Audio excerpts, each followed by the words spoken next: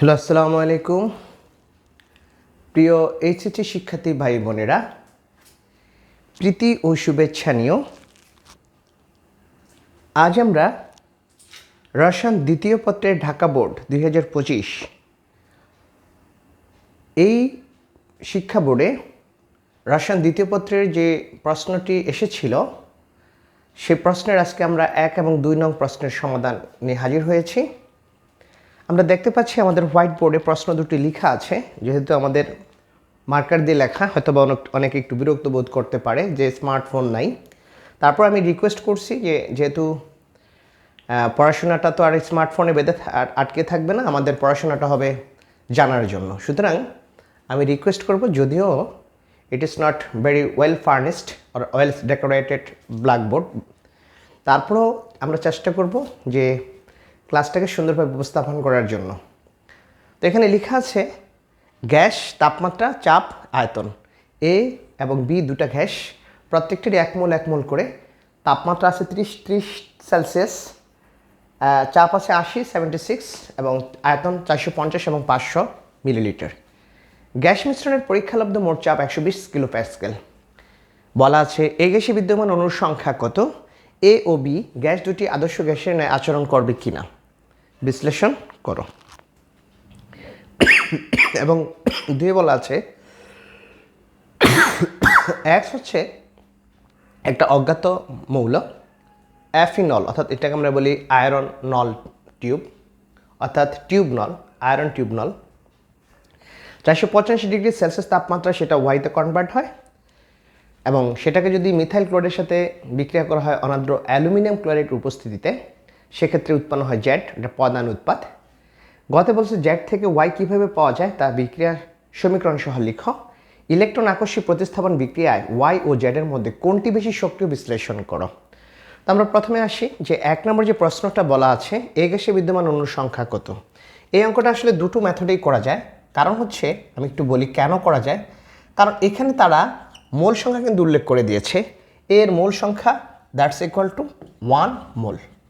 তাহলে অ্যাভোগাড্রোর সূত্র অনুসারে আমরা কি জানি যে 1 মোল গ্যাসে মোট অণুর সংখ্যা হচ্ছে অ্যাভোগাড্রোর সংখ্যক। সুতরাং এটার অ্যান্সার হচ্ছে অ্যাভোগাড্রোর সংখ্যক।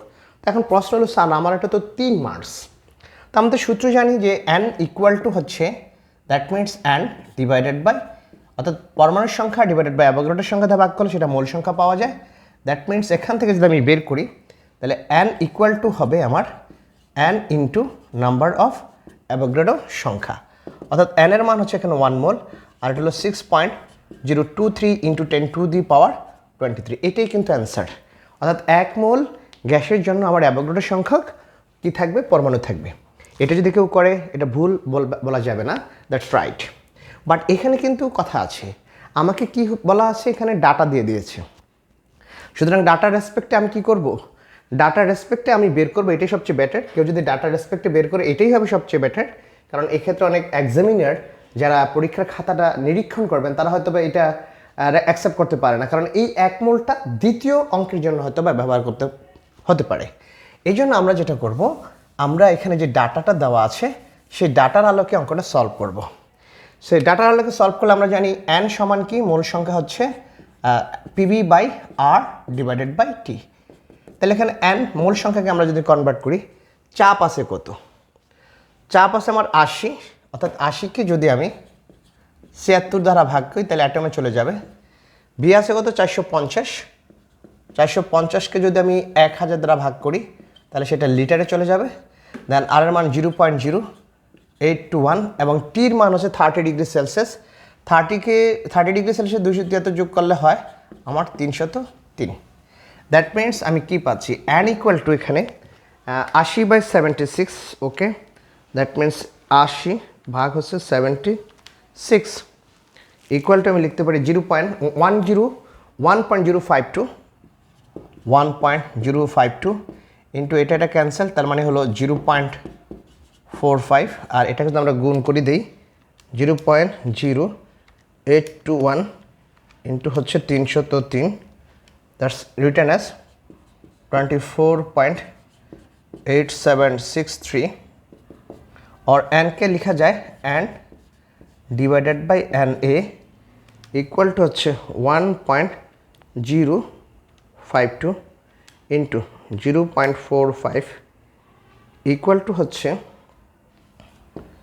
0.4734 divided by 24.8763 or n equal to হচ্ছে 0.4734 into Avogadro number, এটার মান হচ্ছে 6.023 into 10 to the power 23 divided by হচ্ছে আমার 24.8763। সুতরাং কত হয় যদি একটু আমরা করি 0.4734 into 6.023 ইকুয়াল ভাগ হচ্ছে 24.8763, দ্যাটস ইকুয়াল টু হচ্ছে আমার 0.1146 ইন্টু 10 to the power 23। এটা যদি 10 দিয়ে গুণ করে দেই তাহলে দ্যাটস উইল বি হবে 1.146 ইন্টু 10 to the power 22, অর্থাৎ এতটি পরমাণু থাকবে। তো আমরা মনে করি এইটাই সবচেয়ে বেটার হবে এবং এই নিয়মে করলেই বেটার, 3-এ 3 পাবে। কারণ প্রথম যে নিয়মটা ওটা অনেক এক্সামিনার হয়তো এটাকে রিয়েক্ট করতে পারে যে ডাটা দিয়েছে সেটা দিয়ে কেন করলো, ডাটা দিয়ে করতে হবে। তো আমি মনে করি ডাটা দিয়ে করাটাই সবচেয়ে বেটার। ওকে, এবার আমরা আসি আমাদের যেটা গহতে যেটা বলা আছে। কি বলা আছে গহতে? বলছে যে এ ও বি গ্যাস দুটি আদর্শ গ্যাসের ন্যায় আচরণ করবে কিনা। তা আদর্শ গ্যাসের ন্যায় আচরণ করবে কিনা আমরা জানি সংকোচনশীলতা গুণাঙ্ক থেকে একটা আমরা প্রসিডিং জানি যে PB equal to Z and RT. এখানে জেডের মান যদি 1 হয় তাহলে সেটা আদর্শ গ্যাসের মতো আচরণ করবে, আর যদি 1 না হয় তাহলে সেটা আদর্শ গ্যাসের মতো আচরণ করবে না। এবং আমরা যে চিত্রটা পাই যে তার একটা বিচ্যুতি হয় আদর্শ গ্যাসের আচরণ থেকে, তাহলে আমরা সেখান থেকে আসি that is PB equal to Z and R of T. এই জেডকে আমরা বলছি সংকোচনশীলতা গুণাঙ্ক, দ্যাট মিনস হচ্ছে এন আর টি। তা আমরা যদি এ গ্যাসের জন্য তার সংকোচনশীলতা গুণাঙ্কটা বের করি, একটু আগে আমরা বের করছি পিটা ছিল কত আমার, পি চাপটা ছিল 1.052 ছিল আমার। তা আবার একটু আমরা দেখি, অর্থাৎ এখানে 80/76 ইকুয়াল টু 1.052। ভিটা ছিল আমার 0.45। এই যে এনের মানটা দিয়েছে 1 মোল, আর এর মান হচ্ছে 0.081 এবং তাপমাত্রা হচ্ছে 303 kelvin. That's Z is equal to হচ্ছে আমরা একটু আগে যেটা দেখেছিলাম 0.0821 ইন্টু হচ্ছে 303, 0.081 ইন্টু 303 দ্যাটস ইকুয়াল টু সেটা হচ্ছে আমার 24.8763, দেন 1.052 ইন্টু 0.45 দ্যাটস ইকুয়াল টু হচ্ছে আমার 0.4734। therefore z will be equal to ভাগ করে দেবো আমি 24.8763 ইকুয়ালস টু হচ্ছে 0.019। তাহলে জ্যাড অফ এ সমান 0.019। এটা হচ্ছে আমার কি পাইলাম, এটা আমি পাইলাম হচ্ছে এই গ্যাসের যে সংকোচনশীলতা গুণাঙ্ক সেটা পেলাম। তো একইভাবে যদি আমি বি গ্যাসের জন্য বের করি তাহলে সেটা কি হবে, আমরা তো দেখতে পাচ্ছি বি এটাও ঠিক আছে, এটা একটু চেঞ্জ আছে, তাহলে জাস্ট এই জায়গাটা একটু চেঞ্জ করলেই হয়ে গেল। এই দুটো জায়গায় এটায় আর এটায় 76কে যদি আমি 76 দ্বারা ভাগ করি দ্যাটস উইল বি আমার কত 1 হবে। আর এখানে যেটা আছে আমার 500কে 1000 দ্বারা ভাগ করলে 0.5 পাবো। তাহলে এখানে উপর আসতে আছে শুধুমাত্র আমার এখানে 0.5 ডিভাইডেড বাই 24 এটা হচ্ছে আমার বি গ্যাসের জন্য, দ্যাট ইজ বি গ্যাসের জন্য সংকোচনশীলতা গুণাঙ্ক আমি বের করে ফেলবো কত হয় একে। ওকে, সেটা আসতেছে 0.5 ভাগ 24.8763 ইকুয়াল টু হচ্ছে 0.02। তাহলে আমরা দেখতে পাচ্ছি 0.02, তাহলে এটা হচ্ছে জ্যাড বি ইকুয়াল টু 0.02, অর্থাৎ দুটোর একটাও কিন্তু এক পাওয়া যায়নি, সুতরাং তারা আদর্শ গ্যাসের নিয়ে আচরণ করবে না। তো এটা হলো প্রাথমিক কথা, কিন্তু এখানে একটা খেয়াল রাখতে হবে আমাকে বলছে গ্যাস মিশ্রণের পরীক্ষালব্ধ মোট চাপ, এই ডাটাটা আমি কোথায় কাজে লাগাবো।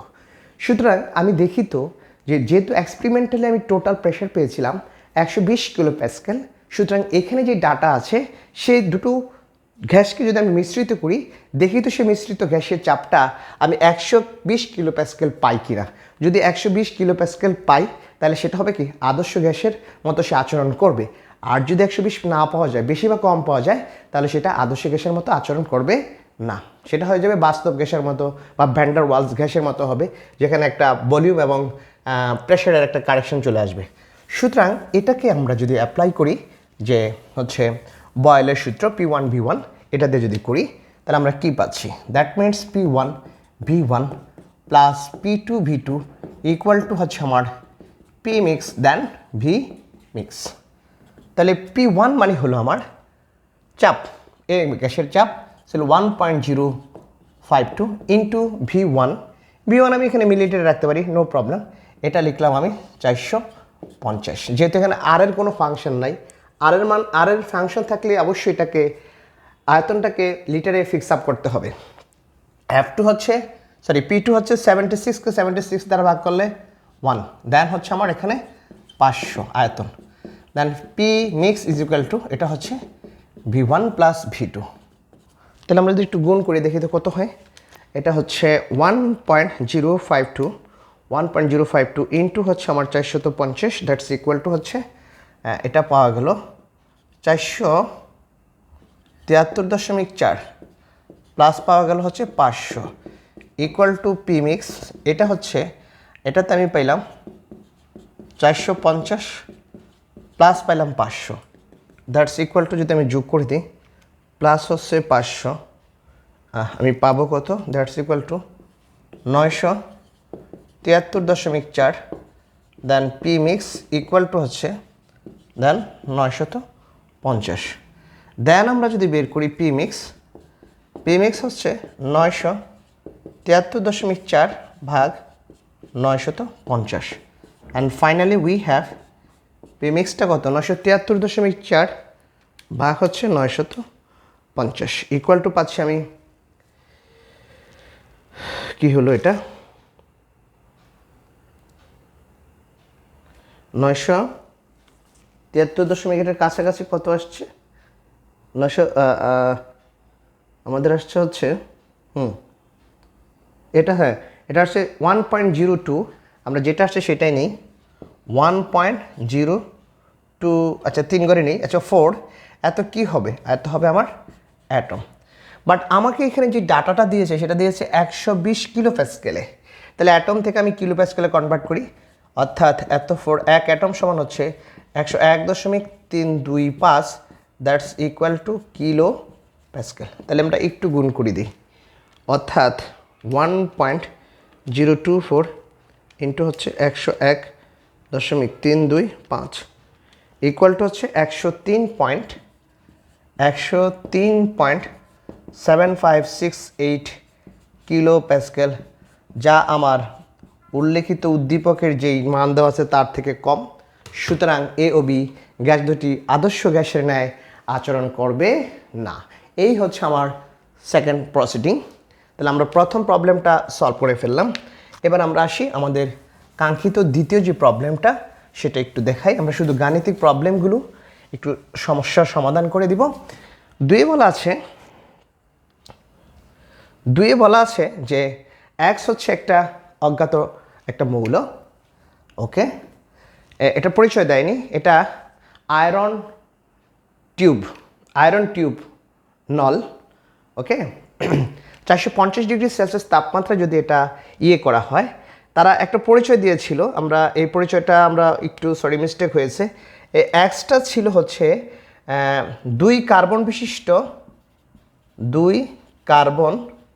বিশিষ্ট অসম্পৃক্ত হাইড্রোকার্বন, এরকম একটা কথা ছিল।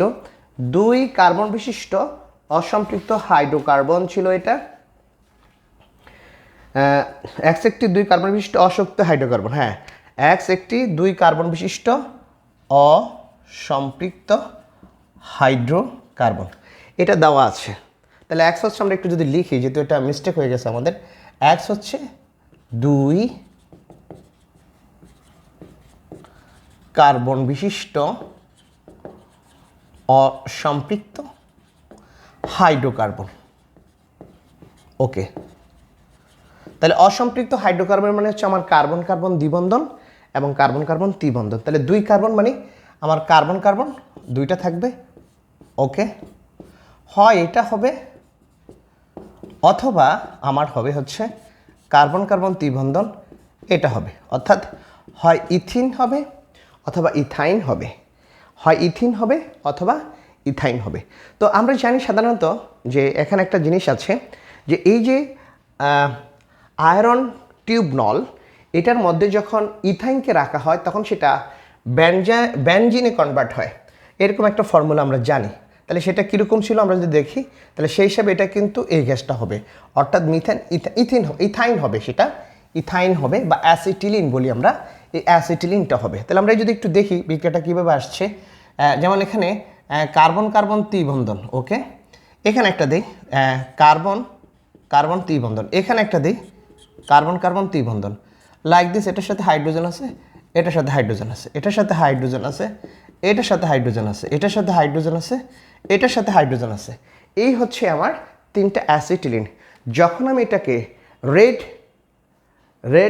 লেড টিউব বলা হয়, যখন আমি মানে আয়রনটাকে খুব উত্তপ্ত অবস্থার মধ্য দিয়ে এই অ্যাসিডিলিন গ্যাসকে যখন আমি পাস করাবো, তখন তাদের মধ্যে একটা বিক্রিয়া ঘটে। এটাকে ক্র্যাকলিং বিক্রিয়া আমরা পড়েছি। ক্র্যাকলিং বিক্রিয়াটা কী ছিল সেটুকু। তো এখানে দেখি এই কার্বনটা কিন্তু এখান থেকে ইলেকট্রন নিলে এটা হয়ে যাবে আমার, এখান থেকে পাই বন্ধনটা ভেঙে যাবে, এটা হয়ে যাবে আমার হচ্ছে প্লাস, এটা হয়ে যাবে মাইনাস। আবার এখান থেকে কার্বন নেবে, আসলে এখানে ফ্রি র্যাডিক্যালের মাধ্যমে ভাঙবে, কারণ এই কার্বনের তড়িৎ ঋণাত্মকতা যা, এই কার্বনের তড়িৎ ঋণাত্মকতাও কিন্তু তা। সুতরাং এটা কিন্তু আয়নীকরণ বিভবের মাধ্যমে না ভেঙে বরং ফ্রি র্যাডিক্যালের মাধ্যমে ভাঙবে। ফ্রি র্যাডিক্যাল কেন? কারণ তাদের প্রত্যেকেরই হচ্ছে তড়িৎ ঋণাত্মকতা সেম, এবং সেটা স্ট্যাটিক নাম্বার মেথডের মাধ্যমে আমরা বের করতে পারি। যেমন তাদের স্ট্যাটিক নাম্বার মেথডে কী বলা আছে, তাদের প্রত্যেকের দেখতে পাই, আমি একটু ডিটেলস ব্যাখ্যা দিচ্ছি তাহলে ক্লিয়ার হবে। এই যে অ্যাসিটিলিনটা, এই অ্যাসিটিলিনের মধ্যে কার্বন, যেটা কার্বনের ব্যালেন্স ইলেকট্রন হচ্ছে আমার 4টা, সর্বশেষ কক্ষপথে তার ইলেকট্রন আছে 4টা। দ্যাট মিনস বন্ডিং ইলেকট্রন হচ্ছে 1 2 3 4, বন্ডিং ইলেকট্রনও 4। দ্যাট মিনস যদি আমি বের করি নন বন্ডিং ইলেকট্রন কত, নন বন্ডিং ইলেকট্রন বের করার সূত্র হচ্ছে bonding balance electron minus bonding electron, that is 4 - 4 that's equal to 0। Then যদি আমরা বের করতে চাই লন পেয়ার ইলেকট্রন কত, লন পেয়ার ইলেকট্রন হচ্ছে non bonding electron divided by 2 equal to 0 divided by 2 that's equal to 0। Sigma বন্ধন কত, এই হচ্ছে আমার, এখানে একটা সিগমা, এখানে একটা সিগমা, মাঝখানে একটা হচ্ছে পাই, এই পাশে একটা আছে সিগমা। অর্থাৎ আমরা যে কোনো একটা কার্বন, এইটারও যা ক্ষেত্রে যা এটার ক্ষেত্রেও তা, এখানে একটা সিগমা, প্রত্যেক কার্বনের জন্য সেম স্ট্রাকচার আছে। সুতরাং এখানে নাম্বার অফ সিগমা বন্ড আমরা যদি দেখি সেটা আছে শুধুমাত্র এই একটা, দুইটা, তিনটা আছে। তাইলে আমার স্ট্যাটিক নাম্বার সেটা হচ্ছে সূত্র আছে lone pair electron plus number of sigma bonds that's equal to কত হবে, এটা হবে 0 + 3 দ্যাটস 3 হলে আমার সংকরণ হচ্ছে sp2 সংকরায়ন। ওকে, 3sp2 সংকরণ হচ্ছে আমার কিন্তু। তাহলে এখানে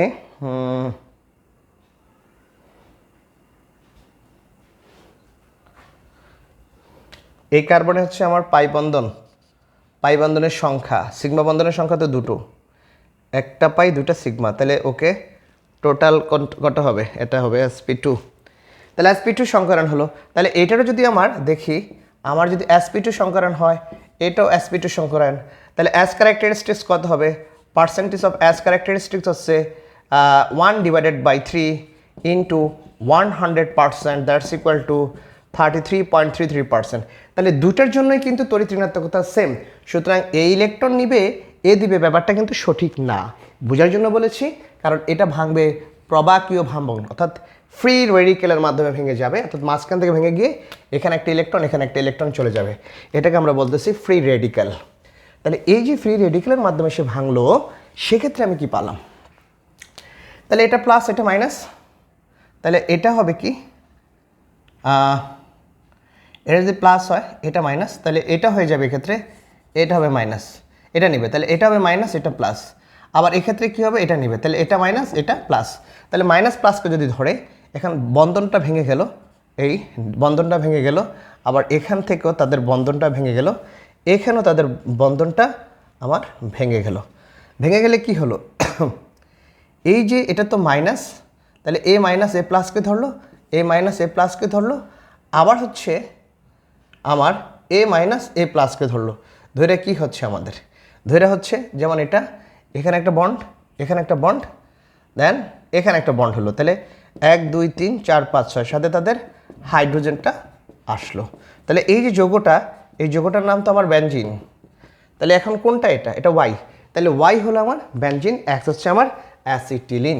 তাহলে আমরা একটু পেয়ে গেলাম, আমরা একটু লিখে রাখি, অর্থাৎ এক্স হচ্ছে আমার C2H2 that is acetylene, Y হচ্ছে আমার C6H6 বেনজিন।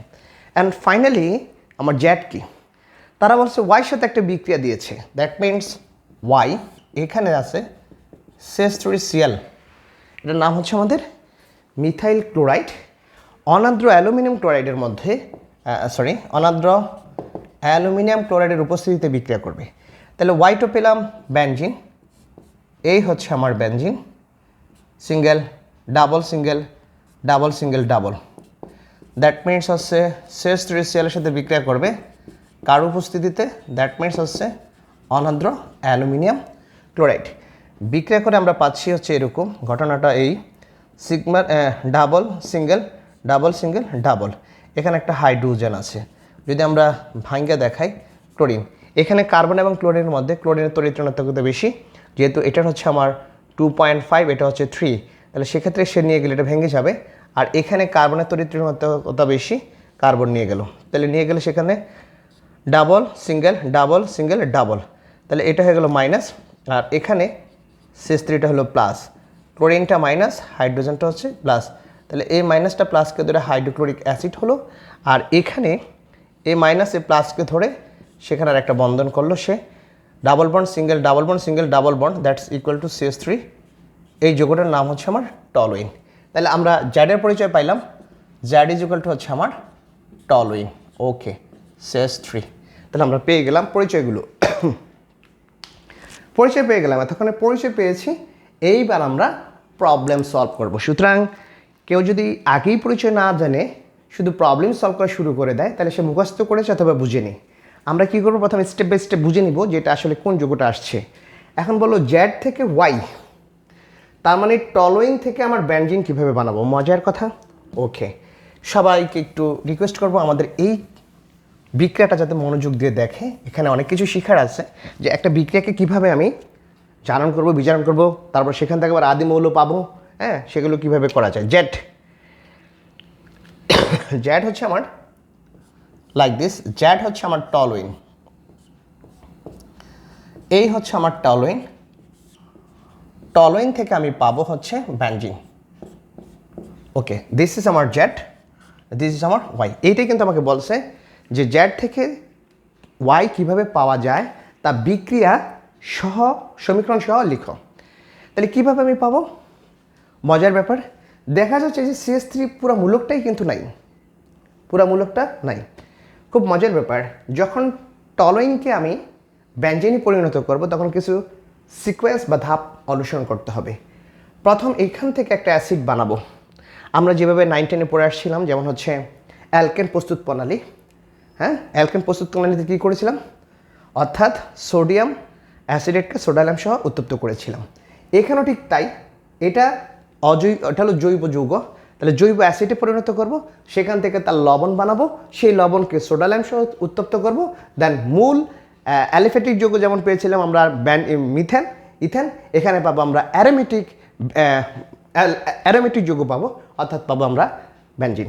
তো লাইক দিস, আমরা প্রথমে কি করব, আমরা এটাকে একটু জারিত করব, এবং খেয়াল রাখতে হবে আমাকে জারিটা কয় ধাপে করতে হবে, এগুলো স্টেপ বাই স্টেপ মনে রাখতে হবে। প্রথমে আমি কি করব, আমি এই যে টলুইনকে জারিত করে আমি বানাবো বেনজালডিহাইড। বেনজালডিহাইড বানালেই কিন্তু আমার শেষ হয়ে যাচ্ছে না, আমার এখান থেকে আবার বেনজোইক অ্যাসিড বানাতে হবে লাইক দিস। তাহলে আমি যখন এখান থেকে আবার অ্যাসিড বানাবো, সেটা হচ্ছে আমার বেনজোইক অ্যাসিড, এটা বানাবো বেনজোইক অ্যাসিড বানাবো। বেনজোইক অ্যাসিড থেকে আমি লবণ বানাবো, লবণকে সোডা লাইম সহ উত্তপ্ত করবো। তাহলে খেয়াল করতে হচ্ছে, আমি দেখতে পাচ্ছি যে এই যে টলুইন, এই টলুইনটা আমার কী করতে হবে, জারিত করে বেনজোইক অ্যাসিড পর্যন্ত নিতে হবে। তাহলে দেখা যাচ্ছে যে এখান থেকে এখানে আসতে তার মাঝখানে আরেকটা ইন্টারমিডিয়েট স্টেপ তাকে পার করতে হয়, সেটা হচ্ছে বেনজালডিহাইড তাকে বানাইতে হয়। তাহলে এই যে বেনজালডিহাইড বানাবো, এই বেনজালডিহাইড বানানোর জন্য আমি কি করব, যদি এখানে স্টপ করে দেই সে কিন্তু আর এখানে আসতে পারবে না। তাহলে কি হবে, এখানে শেষ হয়ে যাবে বিক্রিয়া, আমার যে কাঙ্ক্ষিত বেনজিন সেটা আমি বানাইতে পারবো না। তাহলে আমার এটা বানাইতে হবে, দেন এটাকে আবার জারিত করে এখানে বানাইতে হবে। সুতরাং আমাকে এই জায়গায় খেয়াল রাখতে হবে, আমাকে একটি শক্তিশালী জারক ব্যবহার করতে হবে। আমি যদি মৃদু জারক ব্যবহার করি তাহলে এখান থেকে এক স্টেপ এখানে আসার পরে বিক্রিয়া থেমে যাবে, বিক্রিয়া আর চলবে না, সেটা ক্লোজ হয়ে যাবে, এখানে আসবে না। তাহলে বুঝতে হবে যে এই বিক্রিয়াটাতে অবশ্যই একটা শক্তিশালী জারক ব্যবহার করতে হবে, এবং সেই শক্তিশালী জারকটা আমরা জানি। আমরা যদি একটু দেখি কমন বিক্রিয়া, যেমন K2Cr2O7 পটাশিয়াম ডাইক্রোমেটের সাথে গাঢ় সালফারিক অ্যাসিড H2SO4 এর বিক্রিয়া যদি দেখাই, পটাশিয়াম প্লাস, এটা জারণ মান প্লাস, আমযুক্ত আছে, ক্রোমিয়াম প্লাস জারণ মান, এটা মাইনাস, এটা জারণ মান প্লাস মাইনাস। তাহলে এই পটাশিয়াম সালফেটকে ধরে উৎপন্ন করলো পটাশিয়াম সালফেট, ক্রোমিয়াম সালফেটকে ধরে উৎপন্ন করলো ক্রোমিয়াম সালফেট, ওকে। দেন হাইড্রোজেন অক্সিজেনকে ধরে হলো পানি। তাহলে আমি দেখতে পাচ্ছি সালফেট এখানে একটা আর এই একটা, কয়টা হলো, দুইটা হইল। আমরা যদি দেখি পটাশিয়াম দুইটা, ক্রোমিয়াম দুইটা, আর হচ্ছে সালফেট তাহলে কয়টা, পটাশিয়াম সালফেট, ক্রোমিয়াম সালফেট, এখানে ভুল হয়েছে, Cr2SO4 হোল 3 হবে, কারণ ক্রোমিয়ামের যোজনী 3, সালফেটের যোজনী 2, তাহলে চেঞ্জ হয়ে গেল Cr2SO4 হোল 3। তাহলে এখন হলো সালফেট 3টা আর এখানে একটা 4টা, তাহলে 4টা সালফেট দিলাম, 4 2 8, তাহলে 4টা চলে গেল, হাইড্রোজেন 8টা হয়ে গেল, অক্সিজেন হয়ে গেলো এখানে 4টা, কিন্তু এখানে অক্সিজেন আছে 7টা। যে বাকি যে 3টা অক্সিজেন, সেই 3টা অক্সিজেন জায়মন আকারে বের হয়ে আসবে, সেই জায়মন অক্সিজেন এটাকে জারিত করবে, এবং এটা একটা শক্তিশালী জারক। 3টা জার্মান অক্সিজেন সে প্রথম ধাপে টলুইনকে বেনজালডিহাইডে পরিণত করবে, দেন বেনজালডিহাইড সেটা কি করবে, বেনজোইক অ্যাসিডে পরিণত হয়ে যাবে। সুতরাং আমি বিক্রিয়াটা এখানে এক ধাপেই করে দিচ্ছি, ওকে। এটা K2Cr2O7 দেন H2SO4, এখানেও একটা জার্মান অক্সিজেন, এ একই রিয়েজেন্ট করে আমি কি পেয়ে গেলাম, বেনজোইক অ্যাসিড পেয়ে গেলাম। সবাই এতটুকু লিখতে হবে, বিক্রিয়াটা লিখতে হবে। অর্থাৎ জার্মান অক্সিজেন যে পাইলাম সেটা হচ্ছে পটাশিয়াম ডাইক্রোমেটের সাথে গাঢ় সালফারিক অ্যাসিডের বিক্রিয়া করে আমি এটা পেয়েছি, 2 ধাপে হয়েছে। তাহলে লাস্ট স্টেপে আমি কি পেলাম, এটা পেলাম, বেনজোইক অ্যাসিড। এইবার আমি বেনজোইক অ্যাসিডকে কি করব, বেনজোইক অ্যাসিড থেকে তার লবণ বানাবো। তাহলে লবণ বানাই, সিঙ্গেল ডাবল সিঙ্গেল, এটা হচ্ছে C ডাবল বন্ড S। আমরা জানি প্রশমন বিক্রিয়া অ্যাসিডের সাথে ক্ষারের বিক্রিয়া হয়, এটা একটা দুর্বল অ্যাসিড, এটা একটা শক্তিশালী ক্ষার নেই, কস্টিক সোডা অর্থাৎ পটাশিয়াম হাইড্রোক্সাইড। যেহেতু এটা হচ্ছে একটা প্রশমন বিক্রিয়া, তাহলে এটা অ্যাসিড থেকে এস আসবে আর ক্ষার থেকে ওএস আসবে, দুইটা বিক্রিয়া করে আমি পাবো যেটা, সেটা আমি পাবো হচ্ছে এটা ডাবল সিঙ্গেল ডাবল, অর্থাৎ C ডাবল বন্ড Na দেন হচ্ছে H2O। তাহলে এই যে যৌগটা, এটার নাম হলো সোডিয়াম বেনজয়েট। এটা পাইলাম কি, সোডিয়াম বেনজয়েট পেয়ে গেলাম। এইবার আমার কিন্তু এখনও বিক্রিয়া শেষ হয়নি, আমাকে তো বলছে কি আবার জেড থেকে ওয়াই বানাবো, অর্থাৎ বেনজেনে যেতে হবে। তাহলে এই যে সোডিয়াম বেনজয়েট, এই sodium benzoate C double bond Na, এই সোডিয়াম বেনজয়েটকে আমরা কি করেছিলাম, ওই যে সোডিয়াম অ্যাসিডেটকে সোডা লাইম সহ যদি উত্তপ্ত করেছি, এটাও সোডা লাইম সহ উত্তপ্ত করি। আর সোডা লাইমটা কি, সোডিয়াম হাইড্রোক্সাইডের সাথে ক্যালসিয়াম অক্সাইডের মিশ্রণকে বলা হয় সোডা লাইম। তো এটা বিক্রিয়া করে এটা প্রভাবক হিসেবে থেকে যায়। তাহলে আমরা একটু দেখি, এখানে হচ্ছে সোডিয়াম হাইড্রোক্সাইড বিক্রিয়া করবে আর উপরে রবে ক্যালসিয়াম অক্সাইড, এই হচ্ছে আমার সোডা লাইম। এটা হলো আমার সোডা লাইমের সংকেত। এবার এখানে আরেকটা কথা, আমরা কিন্তু এটা লিখলাম কিন্তু এখানে তাপ দিলাম না, এটাও কিন্তু খেয়াল করতে হবে, বিক্রিয়ার একটা গুরুত্বপূর্ণ রিয়েজেন্ট এটা। কারণ তাপ না দিলে বিক্রিয়াটা কিন্তু ঘটার সম্ভাবনা অনেকটাই কমে যায় এবং অনেক কষ্টসাধ্য হয়। কারণ হচ্ছে এই হিটটা অ্যাটাক করে এটাতে কার্বন ডাইঅক্সাইডকে, কারণ এইটার মধ্যে কার্বন ডাইঅক্সাইড গ্যাসটা জাস্ট প্যাগোসাইটোসিস প্রক্রিয়া সে বক্ষণ করে আছে মনে এরকম একটা ব্যাপার, তাপ দিলে সে গ্যাসটা উড়ে যায়, অর্থাৎ এটা উড়ে যায়। উড়ে গেলে সে কিসে পরিণত হয়? দ্যাট মিনস এটাকে বলা হয়, এটাকে আমরা বলি অর্গানোমেটালিক বন্ড। অর্গানোমেটালিক বন্ড কিন্তু অস্থায়ী। দেন এটার সাথে যুক্ত হয়ে গেল সোডিয়াম হাইড্রোক্সাইড, আর সাথে হয়ে গেল কার্বন ডাই অক্সাইড। ওকে, এইবার একটা কাজ করে, সেই যে এই যে কার্বন ডাইঅক্সাইড, সে হচ্ছে অধাতুর অক্সাইড, কারণ কার্বন কিন্তু ধাতু না, অধাতুর অক্সাইড অম্লধর্মী, সে কিন্তু একটা ক্ষারকে চায়। আবার এইখানে যেই অর্গানোমেটালিক বন্ড, খুব মনোযোগ দিয়ে বুঝতে হবে,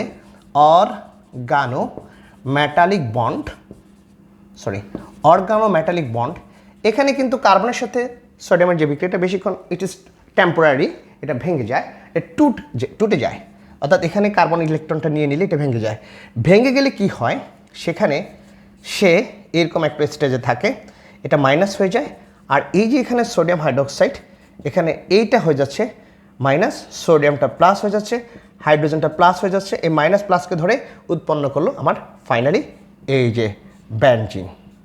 আর এখানে যেটা হলো, এই যে এখানে আমি দেখতে পাচ্ছি সোডিয়াম অক্সাইড, যেটা এটা মাইনাস, তাহলে এই মাইনাসটা প্লাসকে ধরে উৎপন্ন করলো সোডিয়াম অক্সাইড। তাহলে সোডিয়াম অক্সাইড হচ্ছে একটি ধাতুর অক্সাইড, ধাতুর অক্সাইড হচ্ছে আমার ক্ষারধর্মী, আর এখানে একটা অধাতুর অক্সাইড আছে কার্বন ডাইঅক্সাইড। এইবার এই দুটো বিক্রিয়া করে আমি মূল রিয়েজেন্ট কিন্তু পেয়ে গেছি। তাহলে এবার কি করে, আমরা যদি একটু বিক্রিয়াগুলো দেখাই ধাপে ধাপে, অর্থাৎ এই যে সোডিয়াম অক্সাইড, এই সোডিয়াম অক্সাইড কার্বন ডাইঅক্সাইডের সাথে বিক্রিয়া করে উৎপন্ন করে সোডিয়াম কার্বনেট। বাট এখানে মনে রাখতে হবে সোডিয়াম কার্বনেটটা হচ্ছে এমন একটা যৌগ, এটা কিন্তু ভেঙে যায়, ভেঙে আবার এটাই হয়, সুতরাং এটাই পাবো, এটার দরকার নেই লবণটা দেখানোর। আমার যে ফাইনাল টোটাল ওয়াই ছিল সেটা আমি পেয়ে গেছি বেনজিন, সুতরাং ওয়াই থেকে আমি বেনজিনটা পেয়ে গেলাম। এই হলো আমার কিভাবে জেড থেকে ওয়াই আমি পাবো, সেটা আমি সমীকরণ সহ বিক্রিয়া সমীকরণ সহ দেখালাম। এবার আমরা পরের যে প্রবলেমটা আছে সেটা একটু দেখি। এটা অনেক ইম্পর্ট্যান্ট, কারণ সাধারণত কিছু রেজোনেন্স আমরা যদি একটু খেয়াল করি, সেই রেজোনেন্সগুলোর মধ্যে এই রেজোনেন্সটা কমন একটা রেজোনেন্স, অসংখ্যবার এই প্রশ্নের পরীক্ষা এসেছে। বাট আমরা যেহেতু বুঝতে পারি না, বা রেজোনেন্স সম্পর্কে আমাদের তেমন অনেকে এটা জৈবযোগ অ্যান্সার করতে চায় না। আসলে জৈবযোগটা না পড়লে কিন্তু বিপদ, কারণ হচ্ছে সব জায়গায় কিন্তু জৈবযোগ থেকে প্রশ্ন আসে, বিশেষ করে অ্যাডমিশনগুলোতে প্রচুর প্রশ্ন আসে, এবং বোর্ডেও প্রশ্ন আসে, এমসিকিউ এবার প্রচুর এমসিকিউ আসছে সেখান থেকেই, সুতরাং জৈবযোগকে স্কেপ করার কোনো সুযোগ নেই। বলা আছে ইলেকট্রন আকর্ষী প্রতিস্থাপন বিক্রিয়ায় ওয়াই ও জেড এর মধ্যে কোনটি বেশি সক্রিয় বিশ্লেষণ করো। তাহলে ওয়াইটা হচ্ছে আমার আমি দেখলাম বেনজিন, আর জেডটা হচ্ছে আমার টলুইন। তাহলে জেডটা বেশি সক্রিয়, কারণ কি? কারণ হচ্ছে টলুইনের একটা নিউক্লিয়াস আছে, তাহলে সে কী করবে, তার ইলেকট্রন ম্যাগের ঘনত্বটাকে যে কোনো একটা জায়গায় রেজোনেন্সের সৃষ্টি করতে পারে, অর্থাৎ লাইক দিস। রেজোনেন্স কীভাবে সৃষ্টি হতে পারে, যেমন কোনো একটা জায়গায় ধনাত্মক আয়ন আছে, তারপরে হচ্ছে সিঙ্গেল বন্ড, তারপর double bond, single bond, double bond, এরা কিন্তু রেজোনেটিং স্ট্রাকচারে দিতে পারে। তারপরে এটা হচ্ছে মাইনাসের পরে single bond, double bond, single bond, double bond, এটা দিতে পারে। তারপরে এখানে হচ্ছে আমার ব্ল্যাঙ্ক ডি অরবিটাল আছে, single bond, double bond, single bond, double bond আছে, সে দিতে পারে। এরকমভাবে আর কি। তারপর হচ্ছে আমার এখানে আছে কি নিঃসংযোজী electron, single bond, double bond, single bond, double bond, এইভাবে থাকলে তারা কি করতে পারে, আমার রেজোনেন্স দেখাতে পারে, তারা রেজোনেন্স গঠন করতে পারে। তো এরকম যদি আমি দেখি, সেই রেজোনেন্সটা আমরা একটা দেখব যে এখানে বেনজিন কোনো রেজোনেন্স প্রদর্শন করতে পারছে না, কিন্তু টলুইন পারে। টলুইন যেহেতু এখানে মিথাইল মূলকটা হচ্ছে আমার CH3 মূলক, অর্থাৎ প্লাস আছে, সুতরাং সেটা ইলেকট্রন আকর্ষী। তাহলে এই যে ইলেকট্রন আকর্ষী প্রতিস্থাপন বিক্রিয়ায়, ইলেকট্রন আসক্তি কেন প্রতিস্থাপন বিক্রিয়া, এটা একটা আমরা যদি বলি, এই হচ্ছে আমার টলুইন। ভালো মতো জিনিসটা ক্লিয়ার করতে হবে, single double, single double, single double, এই হচ্ছে আমার, দ্যাট মিনস হচ্ছে টলুইন। এখানে একটা শর্টকাট ট্রিক্স আমি বলি, অর্থাৎ বেনজিন এই বলের উপরে যেই আমার পার্শ্ব শিকলটা আসবে, সেখানে যদি আমার সব যদি সিগমা বন্ধন থাকে, তাহলে সেটা অর্থ এবং প্যারা নির্দেশ করে, আর যদি একটা পাই বন্ধন চলে আসবে তাহলে সেটা ম্যাটাকে নির্দেশ করবে। আর এখানে যে CH3 মূলকটা, এটা হচ্ছে ধনাত্মক আয়ন, অর্থাৎ সে হচ্ছে ইলেকট্রন আকর্ষী, অর্থাৎ ইলেকট্রনের পদে তার অ্যাফিনিটি আছে। ওকে, এই জন্য এটাকে বলা হয় ইলেকট্রোফিলিক। মিথাইলটা হচ্ছে একটা ইলেকট্রোফিলিক মানে টু লাভ ইলেকট্রন। ফিলিক শব্দের অর্থ হচ্ছে লাভিং, টু লাভিং ইলেকট্রন, অর্থাৎ ইলেকট্রনকে পছন্দ করে। নিউক্লিওফিলিক হচ্ছে টু লাভ নিউক্লিয়াস, অর্থাৎ যারা নিউক্লিয়াসকে পছন্দ করে তারা হলো নিউক্লিওফিলিক, যারা ইলেকট্রনকে পছন্দ করে তারা হচ্ছে ইলেকট্রোফিলিক। তাহলে এখানে মিথাইল মূলকটা হচ্ছে টলোইনের মিথাইল মূলকটা হচ্ছে একটা ইলেকট্রোফিলিক। এবার আমরা একটু ব্যাখ্যা দিই তো কীভাবে আসছে এটা, কীভাবে সক্রিয়তা বাড়লো তার, মজার ব্যাপার। আমরা রেজোনেন্স দেখব। রেজোনেন্সের কথা আমি বললাম একটু আগে, একটু ভালো মতো বুঝতে হবে কারণ এটা অনেক বোর্ডে আসছে তো। Double bond single, double single double, এই হচ্ছে আমার মিথাইল মূলক। আমাদের একটু সময় লাগবে, তারপরে লাগুক, কিন্তু জিনিসটা অনেক ইম্পর্ট্যান্ট। এটা অনেক যোগ অ্যান্সার করতে চায় না, এটাই প্রতি বছর ঘুরে ঘুরে আসে। তো আমরা একটু দেখি প্রথমে কি হয়। এই যে কার্বন এবং হাইড্রোজেন, এটা তড়িৎ ঋণাত্মকতা হচ্ছে 2.1, এটা হচ্ছে আমার 2.5। তাহলে এটার যেহেতু তড়িৎ ঋণাত্মকতা বেশি, সেই ইলেকট্রন নিয়ে নেয়। আমি প্রত্যেকটা ধাপ দেখাচ্ছি। তারপরের ধাপে কি হয়, এই যে দ্বিতীয় ধাপে এসে সিঙ্গেল বন্ড, ডাবল, সিঙ্গেল, তারপরে এই কার্বন, এই হাইড্রোজেন, এই হাইড্রোজেন, এটা যেহেতু ইলেকট্রন নিল এটা মাইনাস হয়ে গেল, এটা হয়ে গেল প্লাস। ওকে, হাইড্রোজেনটা প্লাস হয়ে গেল। এবার এই কার্বনের পাশে আছে আরেকটা কার্বন, এই কার্বনকে কি করতে হবে, বিপরীত চিহ্নযুক্ত বানাইতে হবে। অর্থাৎ এটা মাইনাস আছে, এটা প্লাস বানাইতে হলে এখান থেকে এই কার্বন থেকে এই কার্বন ইলেকট্রন নিবে, নিলে কি হলো, এই বন্ধনটা তো এখন ভেঙে গেল, এই বন্ধনটা নাই, তাহলে এই দুইটা বন্ধন আছে এখন। আর এখানে কি আছে, কার্বন, উপরে আছে আমার হাইড্রোজেন, এই পাশে আমার হাইড্রোজেন, এটা মাইনাস, এটা ছোট্ট করে এস প্লাস আছে, আর এই বন্ধনটা ভেঙে গেছে, এটা ছিল আমার প্লাস, এটা হয়ে গেছে আমার মাইনাস। তাহলে এ মাইনাস এ প্লাসকে ধরলো, ধরে সে আরেকটা বন্ধন করলো।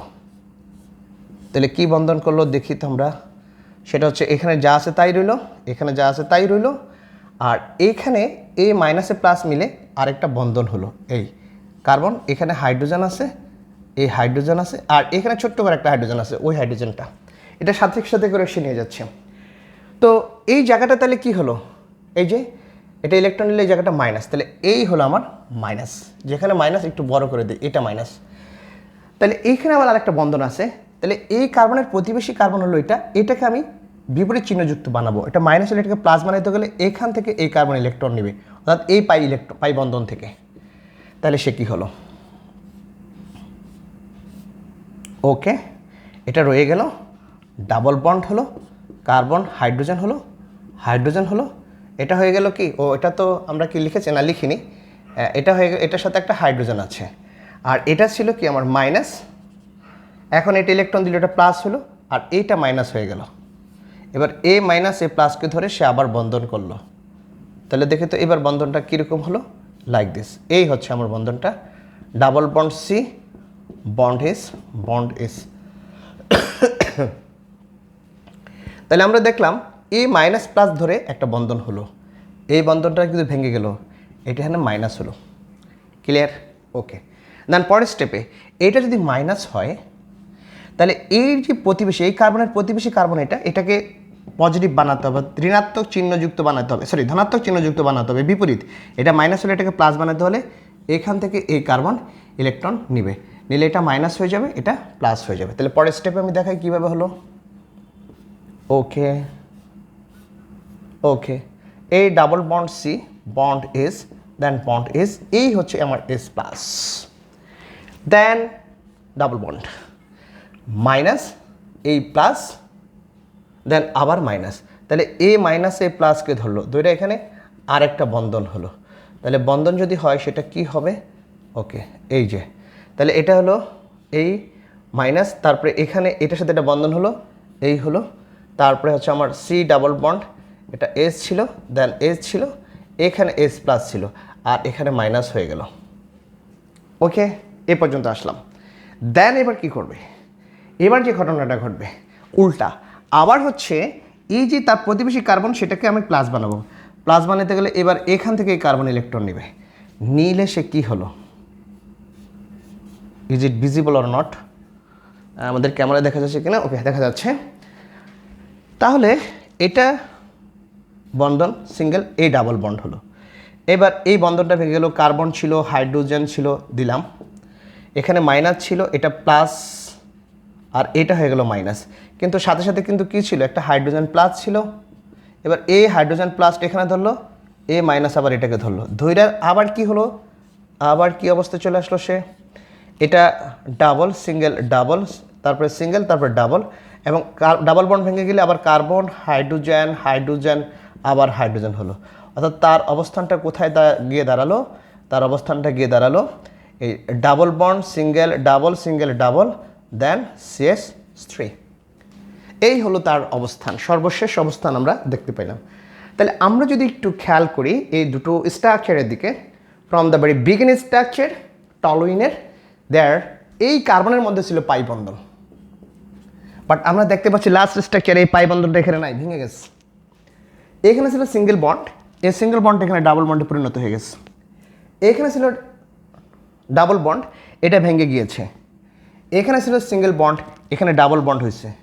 এখানে ছিল ডাবল বন্ড, এটা সিঙ্গেল বন্ড হয়েছে। এখানে ছিল সিঙ্গেল বন্ড, এখানে ডাবল বন্ড হয়েছে। অর্থাৎ যেই জায়গাটায় ছিল সিঙ্গেল বন্ড, অর্থাৎ যেটা সিঙ্গেল বন্ড ছিল সেটা ডাবল বন্ডে কনভার্ট হয়েছে, যেখানে ডাবল বন্ড ছিল সেটা সিঙ্গেল বন্ডে কনভার্ট হয়েছে।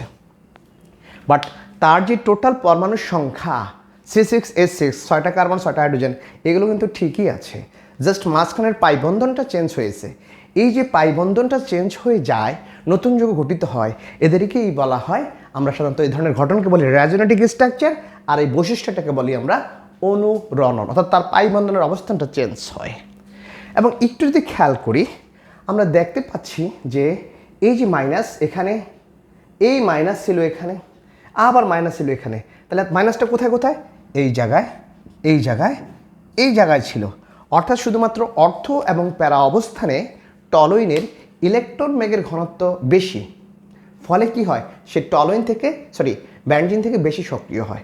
বেনজিন এই ধরনের অনুরণন হয় না, এবং যার কারণে সেখানে কি হয় না, কোনো ইলেকট্রন বেগের ঘনত্ব বেড়ে যায় না, না বেড়ার কারণে অন্য কোনো একটা রেডিক্যাল বা কোনো ইলেকট্রন আকর্ষী প্রতিস্থাপক বা নিউক্লিয়নাশিকের কোনো প্রতিস্থাপক এসে বিক্রিয়া করতে তেমন সে আগ্রহী প্রকাশ করে না। ফলে কি হয়, আমরা বলতে পারি ওয়াই এবং জেডের মধ্যে, অর্থাৎ বেনজিন এবং টলুইনের মধ্যে টলুইন অধিক বেশি সক্রিয়। তো আশা করি সবাই খুব সুন্দরভাবে বুঝতে পেরেছে। আমরা আমাদের we try our best to impart the students knowledge very majestically, otherwise it will be very pathetic for us. কারণ আমরা চেষ্টা করেছি সর্বাত্মক বোঝানোর জন্য। আশা করি যারা একটু মনোযোগ দিয়ে লেকচারটা দেখেছে এই রেজোনেন্সটা বুঝতে পারবে, এবং এটা অনেকবার এসেছে, একবার ভালো মতো বুঝলে এইটাই বারবার অ্যান্সার করা যায়, কারণ হচ্ছে এগুলোই পরীক্ষা বারবার আসে। তো আমরা ক্লাসটি এখানে আর দীর্ঘায়িত করবো না, আমরা পরবর্তী প্রবলেমগুলো সলভ করে আমরা দিয়ে দিব ইনশাল্লাহ, এবং বুঝিয়ে দিব যে কীভাবে আসছে, সমস্ত প্রশ্নগুলো সেটা আমরা সঠিকভাবে দিয়ে দিব। আমরা ক্লাসটি দীর্ঘায়িত না করে এখানে সমাপ্ত করছি। আল্লাহ হাফিজ।